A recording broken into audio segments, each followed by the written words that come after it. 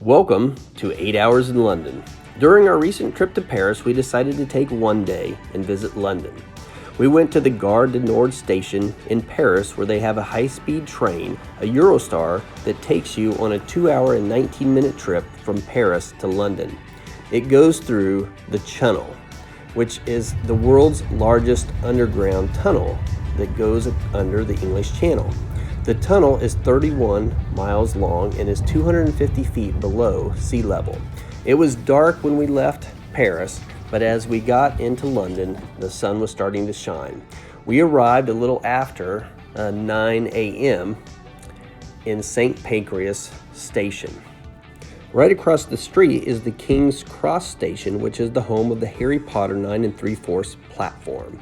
After visiting that and taking some pictures, we decided to go outside, and it was like stepping back in time when you see all the taxis that are around. These taxis were awesome, and they were just all over the city. As we left St. Pancras Station, we traveled through London and were able to see double-decker buses. We ended up at Hyde Park and visited Kensington Palace. It was recently the home of Meghan Markle and Prince Henry until they moved out in early 2019, before the birth of their son Archie. We then visited Kensington Gardens, and it was a beautiful sunny day, and it was a great day to be outside. We then headed to Starbucks to see their London mug, and then I stopped to visit one of the iconic telephone booths. We then went to Fat Tire Bike Tours to start our bike tour of London. It was a 4-hour tour. We visited Wellington Arch and Buckingham Palace. One of my favorite stories we heard on our tour was about Michael Fagan, who was a man who broke into Buckingham Palace in 1982. He was drunk and bet his friends that he could elude the guards. He jumped over a fence and through an open window and then ended up in the Queen's bedroom. It was one of the 20th century's worst royal security breaches. Around London during the time that we were there were many climate protests.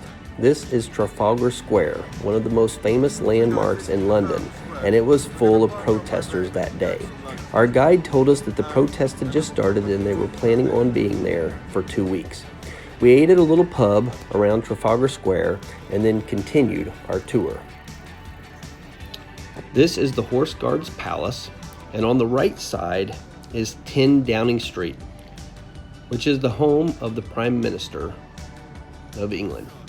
And this is it right here. The Churchill War Rooms are also located in this area. After visiting this, we went to see the Palace of Westminster.